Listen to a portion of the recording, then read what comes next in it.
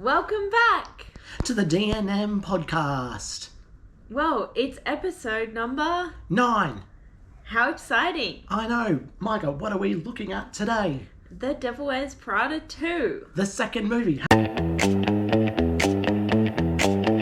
Have you seen the first? Yes, of course. Who has not seen the first? Not me. If you have not seen Devil Wears Prada, the first movie, just pause this podcast right now and come back. It's pretty good. I haven't seen it in a while, to be fair. I should have rewatched it before seeing this one. But it doesn't matter. We know the characters. We got Meryl Streep, we got Anne Hathaway, we got Stanley Tucci, we got Emily Blunt. Who am I missing? Iconic cast. I know. They're the main four. That's the main four. There you go. I remembered them all. How good. Shall we dive in? Let's dive in. So, Micah, tell us a bit about the plot of this movie. What's been happening? Oh, yeah. So the plot in this movie, so Andy is re-employed by Runway. So Andy? Who is that? Andrea, the main character, as played by Anne Hathaway. Anne Hathaway, okay. So it's like, 10 years since Runway, or 10 years since the last movie, or whatever. I think longer. Probably longer. 15 or 20 years. I don't know if they specifically say in the movie how long it's been. I've got 15 years in my head, so maybe it was 15. Okay. In any case, she is working as a journalist, and then is brought into Runway once again, in this case to handle a kind of PR bungle. And she is then kind of on an ongoing basis responsible for managing the writing and the content. Miranda's up for a global promotion, quite a big promotion within Runway. Nigel continues to kind of get overlooked as Miranda's kind of side piece, I guess. And Emily is working for, I think, is it Gucci? She's working for one of the big fashion houses. I can't remember. Yes, she goes to work for Coach, but who was? I think it's Gucci. Yeah, I think it's Gucci as well. And then I guess one of the other big plot points is the head of Elias Clark, who I always forget his name, Abbott's, or anyway, he passes away, and so chaos ensues. Yes, yeah, gotcha. I was like, I wasn't sure what was going on, but yeah, I'm with you. Yeah, chaos ensues. Yeah, classic. Anything you wanted to add about the plot? That was my memory of the plot. That's my memory of the plot. Once again, it's been about a week since we've seen the movie, which is probably not the best idea when doing a podcast, but thankfully Micah's memory is just on another level, so the details she's going to be able to go into and articulate is going to be a little bit more than from my perspective, because I was kind of just there. I enjoyed the movie, not to get ahead of ourselves, because I had seen some comments online before seeing the movie that, it didn't live up to the first one, and I think they undersold it. I think I went in expecting a stinker, and I think it wasn't as bad as what people had been made out. But for example, with a movie that we saw semi-recently, Happy Gilmore 2, that did kind of fall flat compared to the first movie. It had a lot of cameos and whatnot, but it wasn't a very good movie. I thought this one was actually quite good. Thoughts? I broadly agree with that. I went in with low expectations. I hadn't seen any spoilers really beforehand, other than the trailer clips, which we'll come to. And I actually surprisingly haven't seen anything since. Usually when we do the pod, your phone picks up. Yeah, my phone picks up and I start to see commentary and reviews and stuff, and I haven't really had that this time around. Okay. So I don't know, it's that because people haven't had a particularly strong opinion either way on this movie. I don't know. To the people who went in kind of thinking that, you could even compare it to the first one, I do think the first one is easily a 10 out of 10 best movies of all time, goated, You can't touch it, in my opinion. So, they were set up to fail. It was never going to be as good as the first one. So if you were, as a fan, if they didn't have one of the OG4, or they were going to recast or just scrap that character entirely, would you have done a second movie? Obviously, they did have the full 4 original cast back for this movie, but had one of them not been there, would you have bothered? So obviously all hypothetical. I still would have seen it. Would I have been as excited? Probably not. Knowing the plot as it was in this movie, I would say if there was a character they could have done without, it was probably Emily Blunt. Yes, I agree. Yeah. Obviously, Andy and Miranda, it was essential that they were who they are. That's right. Yeah. Meryl Streep, she's just been around. She has for a long time. I know. Yeah. The goat. There you go. She is. So we've spoken a little bit about the plot. Is there anything more you want to add onto that before I just take you into the next section? No, we'll keep going. Okay. What are your overall impressions? Let the fans know your impressions regarding this movie, The Devil Wears Prada 2. We kind of already said, but I said I thought this was a solid movie, not as good as the first, but better than I expected, based on going in thinking that I hadn't specifically thought of Happy Gilmore, but that's probably a good analogy now that you bring it up, because that sequel, like this one, did have a lot of cameos. Like, there was quite a lot of, like, that's true, you know, real world, like, celeb or whatever, I know, you know, people in Carl there. Anthony Towns, he was in it. And it's currently 3-1 in the NBA Finals right now. Was it because of this movie? I think possibly. So shout out to ex-Raptor OG Anunoby. What a legend, with the putback to win the game for the Knicks. Woo! I was kind of rooting for the Spurs, but you know, an ex-Raptor, Raptors are my team, so we'll let the Knicks have it. Thank you to Disney Plus for hosting ESPN, because that has been quite clutch. Yeah, it's been a good watch, good series. Not sponsored. Disney Plus, if you want to sponsor us, we're happy to be sponsored. If you want to get us mics that we can plug in, we'll take them. I will wear Mickey ears if required. Ooh, yes. Yeah. Disney cruises, we'll go on them. We have been on one. Highly recommend. There you go. Yes, shall we move on? Oh, wait, your impressions you've kind of said, but... Yeah, look, my impressions and the expectations versus reality we've kind of already touched on. Went in with low expectations. It was actually a pretty good movie. It was an enjoyable watch. I didn't find myself looking at my watch to, you know, see the time. When am I going to get out of here? It was enjoyable, and I thought the pacing was good. I thought the storyline was good enough. I mean, it's... Yeah, I thought, and it was semi-believable as well. Like, obviously, Runway as a magazine is kind of fading because who has magazines anymore, which is true. That's probably the big difference in the original movie. Obviously, it's all online content now, and Miranda's like, yo, WTF is going on because, you know, old and that. So, you know, that felt believable as a key component of the story. And, you know, the classic, the business owners died, so hand it to the son who has no idea what's going on. Like, that's just in every movie ever. But, you know, it worked. Yeah, I agree. Yeah, I did think the pacing was generally quite good. I kind of, when I was speculating about what the storyline would be, I kind of thought that maybe Andy and Emily would both have been at Runway for a little while, like, before we see this movie. So to have the storyline kind of start in quite a different place where Emily's not even working at Runway and Andy is in a completely different job was kind of interesting. Completely different. Wait, when she was working for Runway the first time, was she a writer then? No, she was Miranda's assistant. Yeah. Gotcha. So she was like the guy who was chained to the desk. I see. Yeah, gotcha. Yeah. Assistant number 1 or something. What do they call him? Yeah, second assistant. And Emily was the first assistant. Gotcha. Yeah. There you go.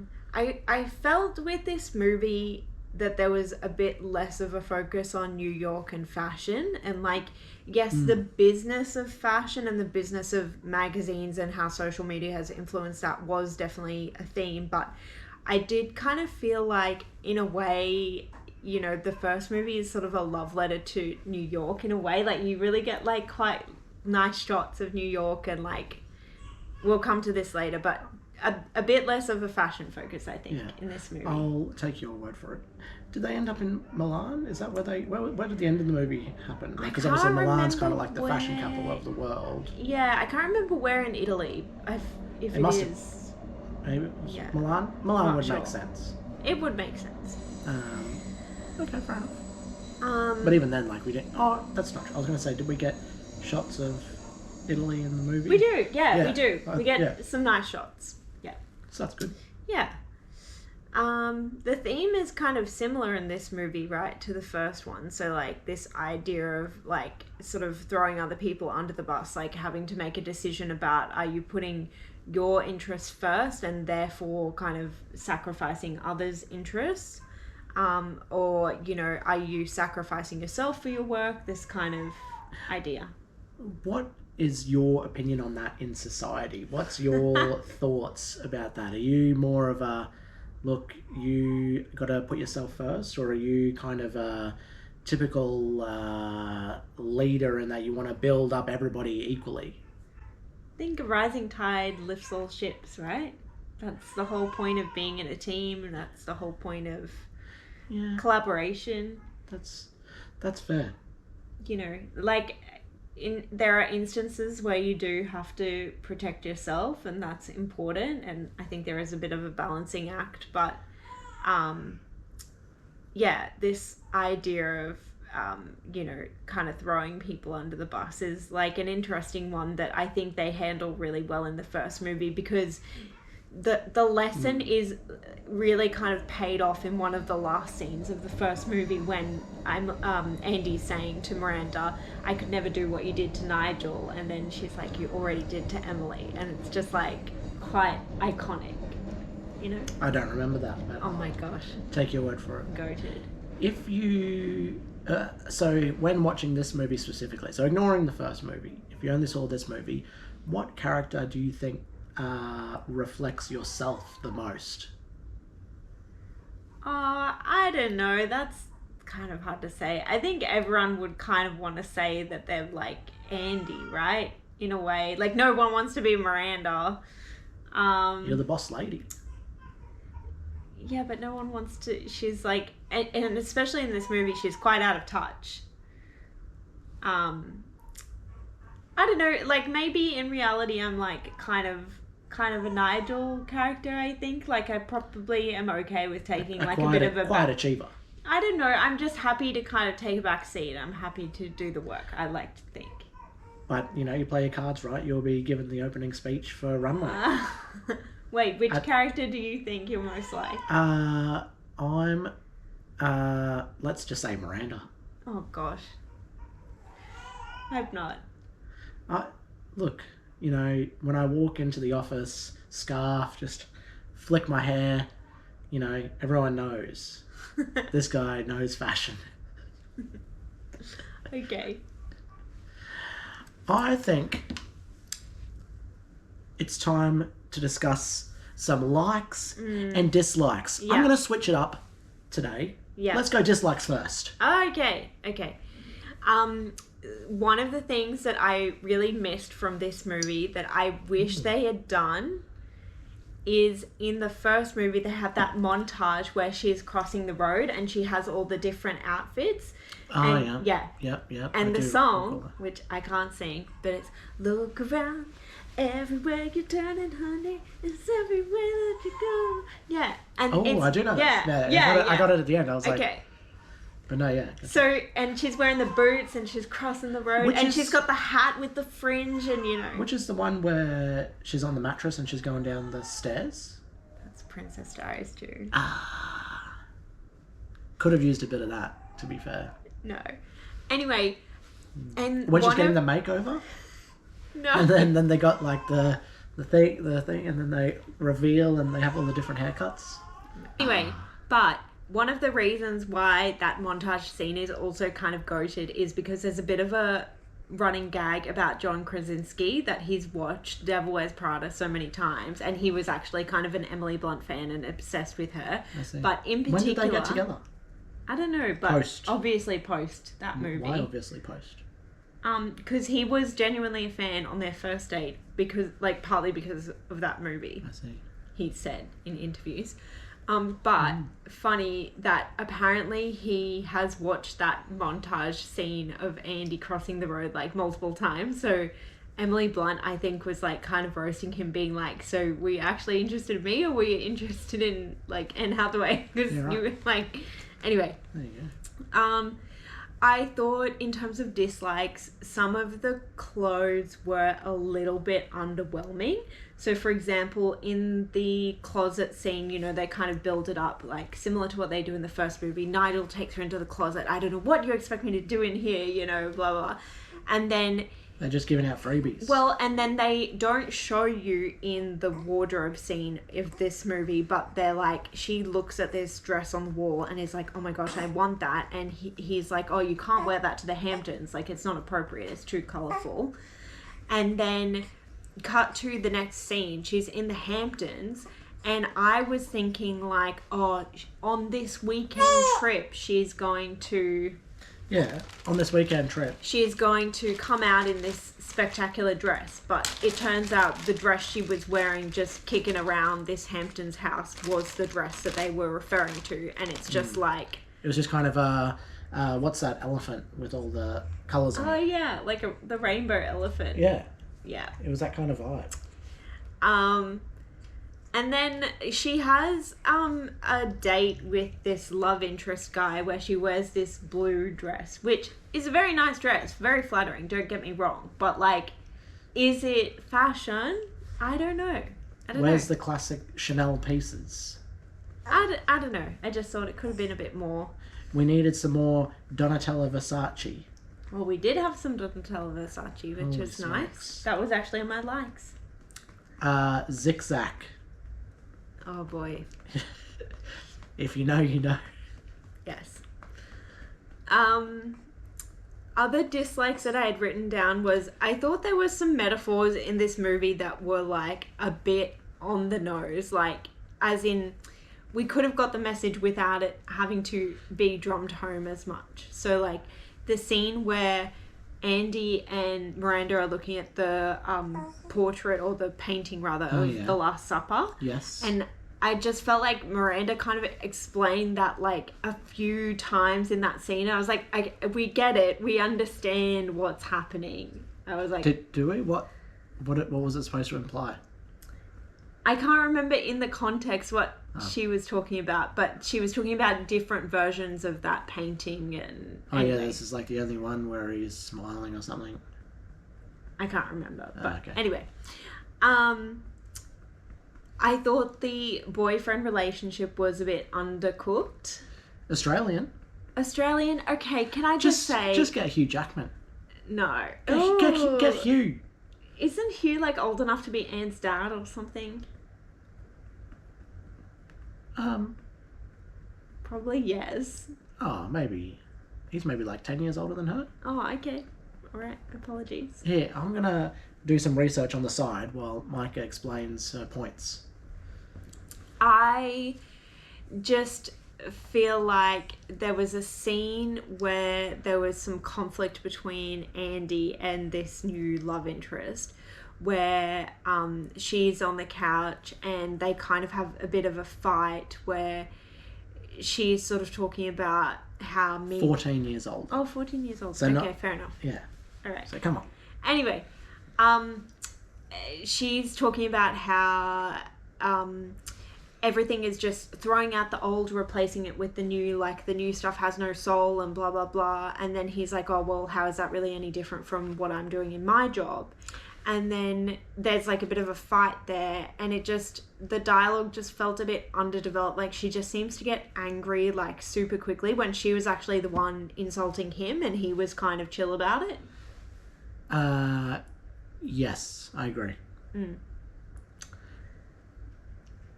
Didn't really need the love because did they get back together in the end? I can't remember. Yes, I think they do get back together at the end.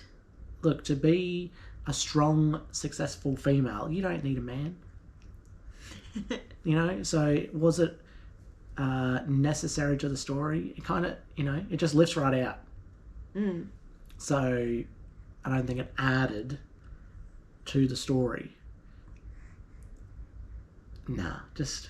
I'm going to say on behalf of the rest of the world, as much as Australian accents are what they are, a very strong Australian accent in a landscape of American accents always just takes me out of it. You just feel like you're watching Neighbours. Kind of. Yeah, I get that. Yeah. Sorry. Cleo! Cleo, no. No, Cleo! Bloody Australians. I thought some of the dialogue, not all, but in a few parts needed a bit of work. So there's a scene near the end where Miranda's talking to her husband about how she'll know when she should retire. She's like, how will I know when it's time? And then he just like walks over and he's like, you'll know. And I'm like, this is actually like a really important scene in the movie. I thought there were times where the Miranda dialogue was like a bit verbose, which is funny because she is a character who can say really very little but convey a lot, like that's all.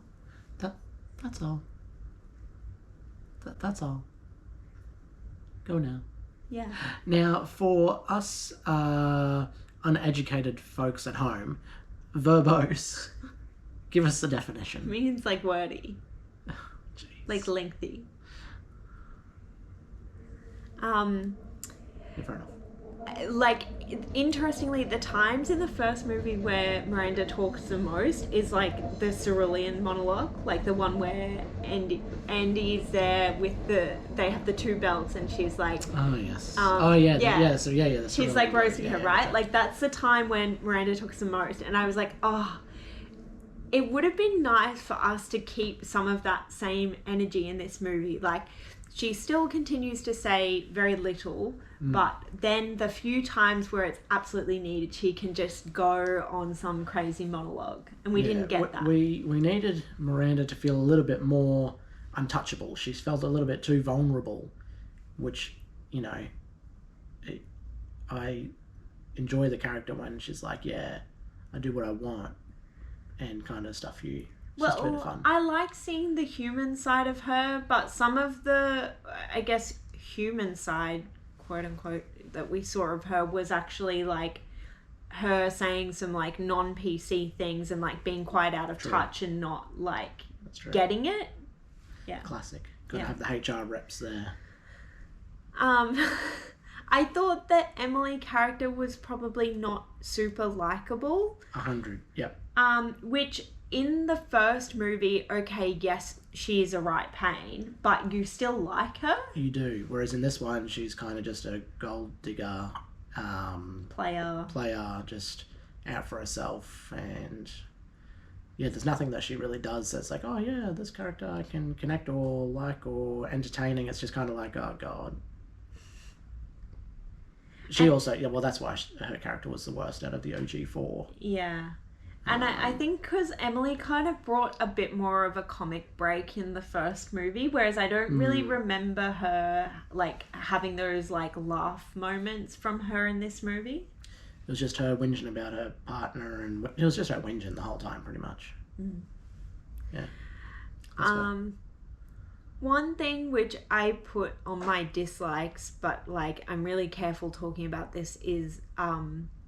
people have posted a lot online about plastic surgery of the cast, and Anne Hathaway has like come out saying, like, apparently having to say that she hasn't had any surgery done or whatever. But who cares? Yeah, well, this is what I'm here to say is like, I don't think it's anyone's place to like cast aspersions about what people have or haven't had done. The only thing that I will say is like, which is kind of relates to the theme of the movie, ironically, is like, I feel sad if we're in a day and age that people feel like they need to look younger than they are, or that they feel like they have to get these things done because of societal pressures. And I also feel sad, particularly for actors, because if they do feel like they have to have surgery, it potentially could interfere with their work, because if they're getting lots of Botox done, they can't demonstrate facial expressions like they would normally, then, it's a bit of a... It's a double-edged sword. It is. Look, if you're an actor and, you're in a position to be in this movie, you've probably got a lot of money anyway, so woe is me. But look, if people want to do stuff to make themselves feel more comfortable in their skin, great. If it's at the side effect of impacting their health, well, then that's dumb. Yeah. So, I don't know, just do whatever you want. Fair. To yourself, not to other people. Were there any other dislikes that you had? I'll be honest, no. Okay. So we kind of agree on... Yeah, like on your ones, I'd agree that the clothes were not the focal point, and so a bit underwhelming. Emily's character was a bit meh. Boyfriend relationship was a bit underdeveloped. I agree on those points. Those would be my dislikes if I thought about them prior to recording this. What about your likes? Okay, so let's get back more of a positive note. The fans want to know, they need some good things so that they want to go see this movie while it's still in cinemas. This is your time. True. Yes, definitely. Kudos getting the original cast back. Who knows how much it cost? Imagine one of them just kept saying no until the figure was high enough. Yeah. Like one of them could have made bank. Fair. I liked that there were a few repeated songs from the soundtrack of the first movie. Like, that was a nice kind of tie-in. You gotta do that, yeah. Like Vogue, that was in there, so that was good. I think the real life celebrities, they could have taken you out of it, and they could have been too sort of advertisey vibes, like promotion-y vibes, but I don't think it was. I think it grounded it and it made it feel real. That's right. Who are some of the celebrities that you recognised? Well, we said Carl Anthony Towns. We said Donatella Versace. Rory McIlroy was there? Oh, yeah. Okay. There's probably others, but... Oh, yeah. Ashley Graham was in there, which we'll come to. I thought that some of the plot points were clearly using the mold of the original. So they were, sort of mirroring some of the plot points. I think there were just enough differences that it worked for this movie, but I think they were really kind of treading the line closely. Like, there was a risk that if it was too closely mirroring the first one, that it was kind of just a copy and paste. Like, they were like, this worked the first time, we're just gonna fast forward 20 years and kind of do the same thing.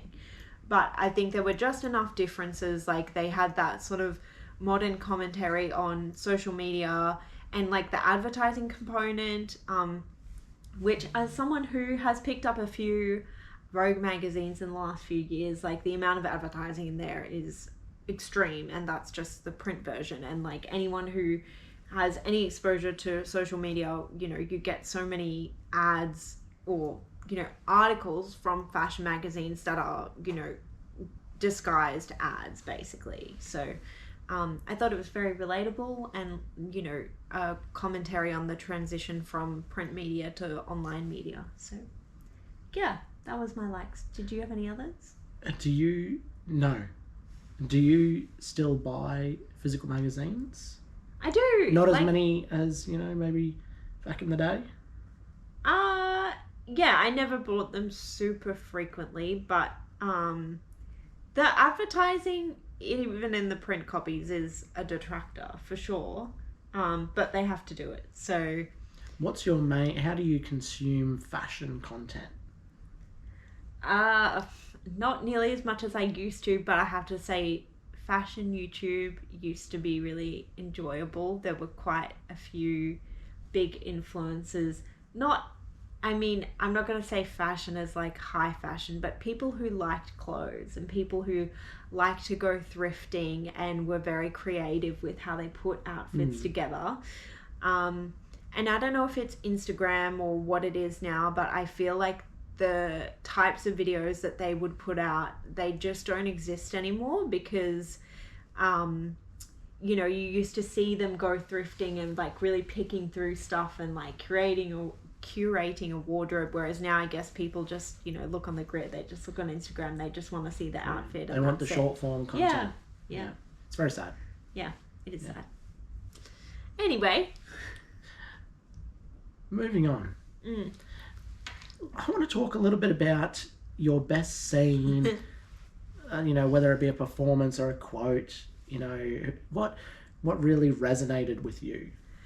The thing that I thought was a bit sad was I struggled to probably pick out a best scene, but the two parts of the movie that particularly came to my mind was when at the end Nigel reveals to Andy that he was the one who got her the job. Oh yeah, that was cool. Yeah, that was cool. That was... Yeah, I didn't think that was a nice little plot twist. Yeah, it didn't surprise me as much as it could have. Like it did just seem in Nigel's character. But, yes, true.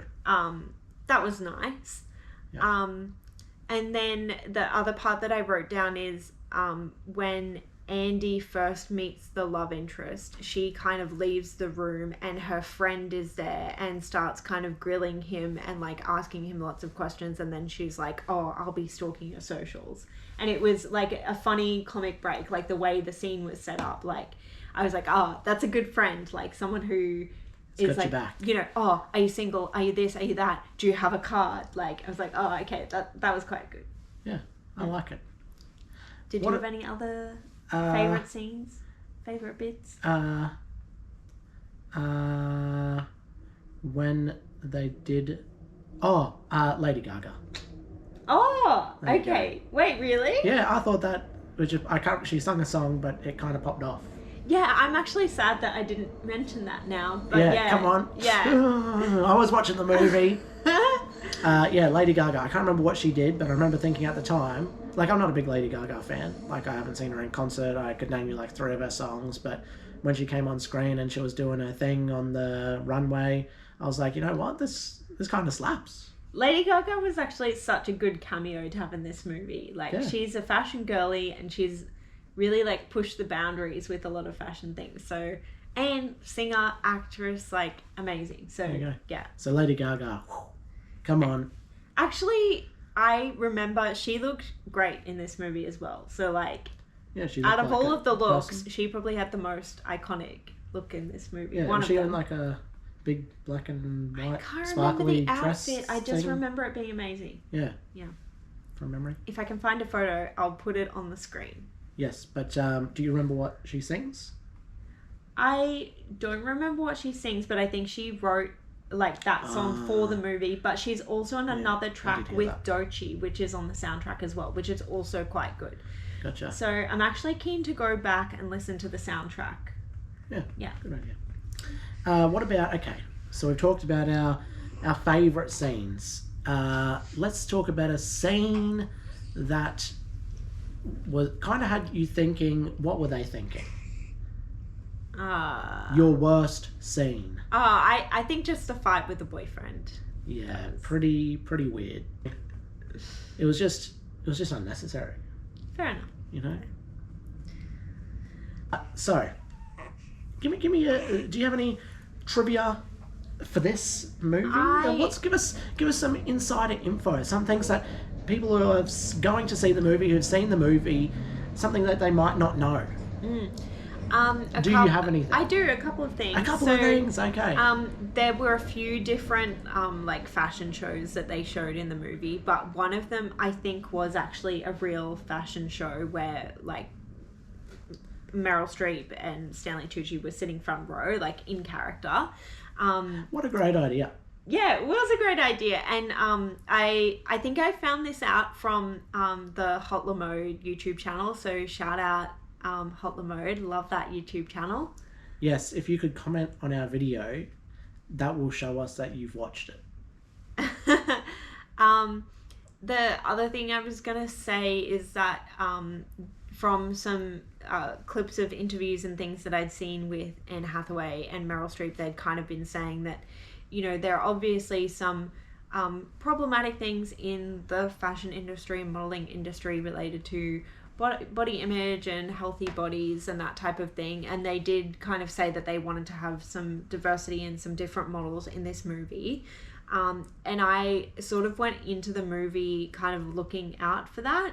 So there was a scene at the start where they do have Ashley Graham on the runway, on the red carpet, into one of the events. So that was kind of cool. And I did kind of recognize, just in a little clip, there was a model that had vitiligo, but I'm sorry, I can't remember her name, but I did sort of like recognize her face. But I was like, was that kind of their way of, ensuring that there was some diversity in the movie? Like, I particularly noticed it in that first scene, but I didn't like particularly twig on that in the other parts of the movie. So I'm probably keen to like go back and look more at those like features of models and stuff like that. There you go. Yeah. Are you ready to give a score? I am, but I actually really struggled to give a score for this movie. I think because, yeah, like I said, I would give the first one a 10 out of 10. And I think if this movie was a standalone, I would probably not give it as high a rating as I have. Interesting. Yes. But how about you? So for me, I remember thinking of my score while I was in the movie, and it is a flat 7 out of 10 from me. Okay. Do you want to justify that? I thought it wasn't good enough to be an 8, and it was better than a 6. So, 7 out of 10. Okay. What about for you? Yeah, I said 7.5, like trying to maintain relativity to my other scores. Yeah, I thought it was a solid movie. Like, it didn't gag me.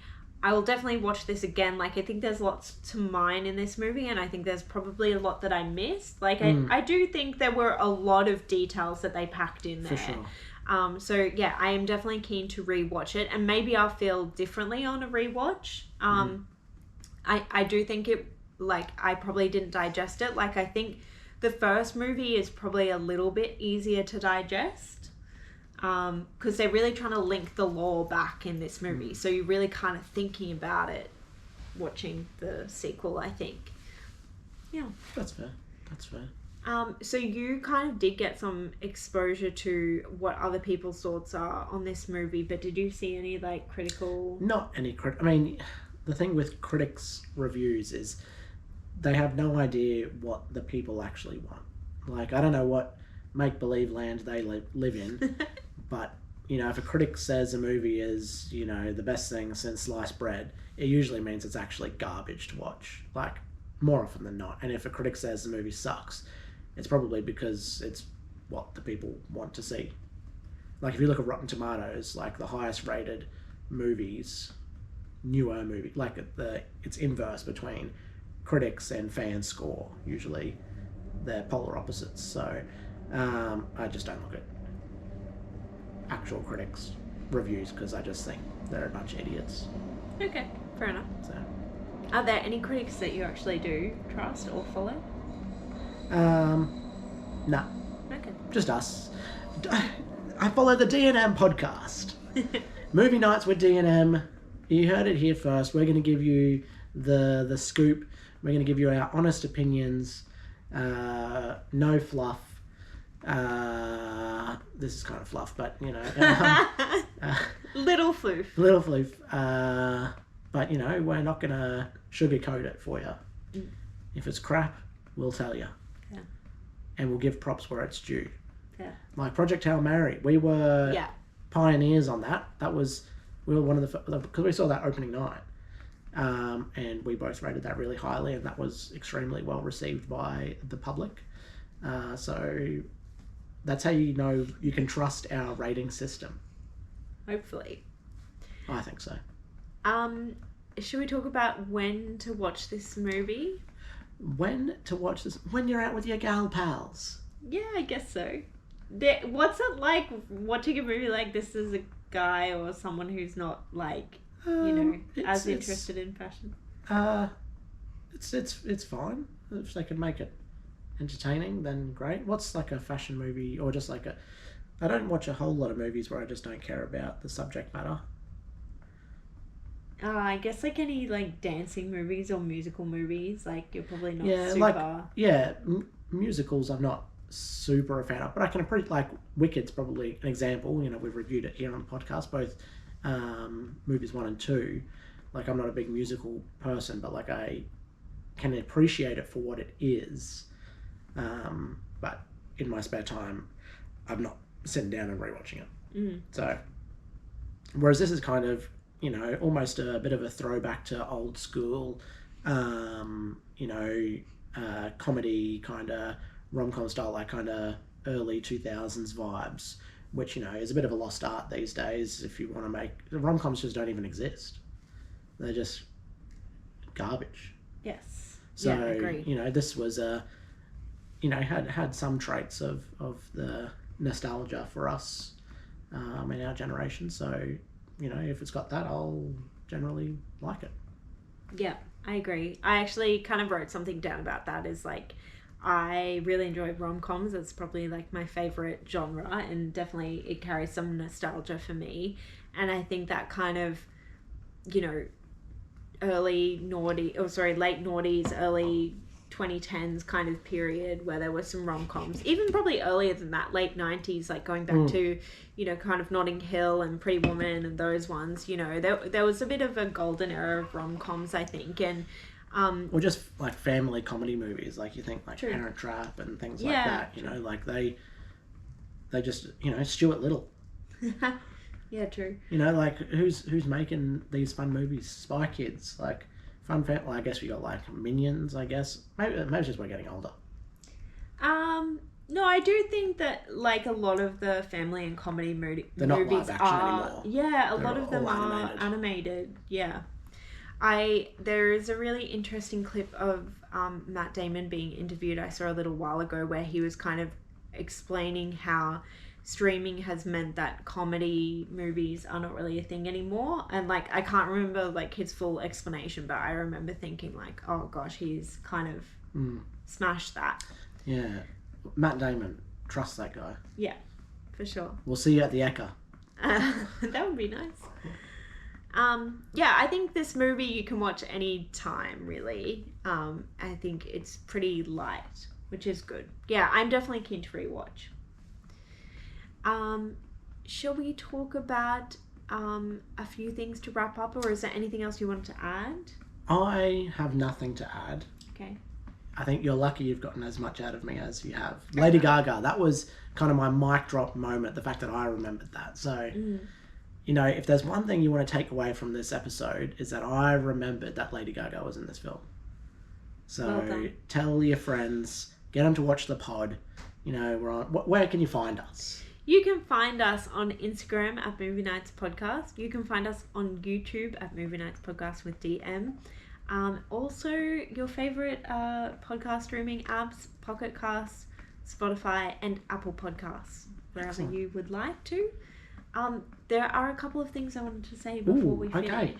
Do tell. Firstly, we did receive some fan mail, which I confess this was actually from a little while ago, but I wanted to formally acknowledge it on the pod. Okay.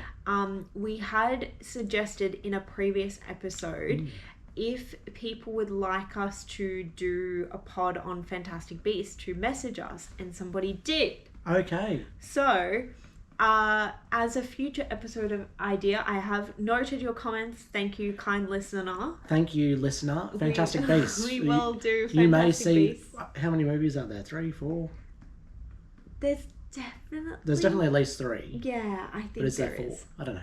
I think there are 3, but don't quote me. There we go. I think we've got scope to give that a little critique. Johnny Depp, love that guy. I've seen 3. Have you seen 3? The Dumbledore one. Yeah. No. Oh, okay. I've seen all 3 of them. Okay. That'll be coming up at some stage. That's apparently. right. So we did get that little fan message. So thank you. However, we have a word of warning.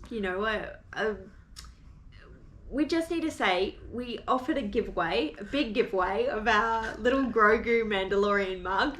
And we did ask if you would like to receive this mug to please like, subscribe, and leave a comment.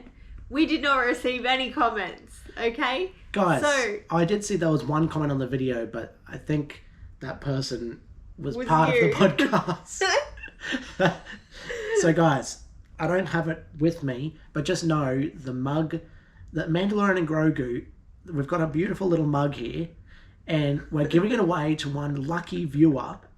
So just comment, like, subscribe, because this is probably like an $8 mug. anything else you want to add before we talk about the next episode? The next episode, is it going to be Fantastic Beasts? I think we will do another new release because Ooh. we're on that train. It's kind of, we knew this was coming in 2026. Like, we've had Bit of a wave. a bit of a wave of good new releases. I think this is probably going to be the last one for a while of like the noteworthy new releases that I was expecting. I haven't seen the list of upcoming movies, to be fair. okay. So Well, the next one is Toy Story 5. TS5. TS5. Holy smokes. Well, as you know, I knew it and I knew you. We will be reviewing it. We will. That's going to be exciting. Should we do a podcast on Toy Story 1, Toy Story 2, Toy Story 3, and Toy Story 4 in the lead up to Toy Story 5? I don't think we have enough time. Okay, maybe just Toy Story 1 and 2, because I kind of want to rewatch those anyway, because those movies are sick. Okay. 3, it was alright, and 4, I mean, I haven't even seen it, but like it had like a spork as the main character, bruv. Come on. Let's put our big boy pants on. We can do better than a spork. Okay. It's reflective of real life. Anyway, Sign us out, Mike. till next time. Until next time, see ya. You do the hand thing this time. Okay. See ya. Bye.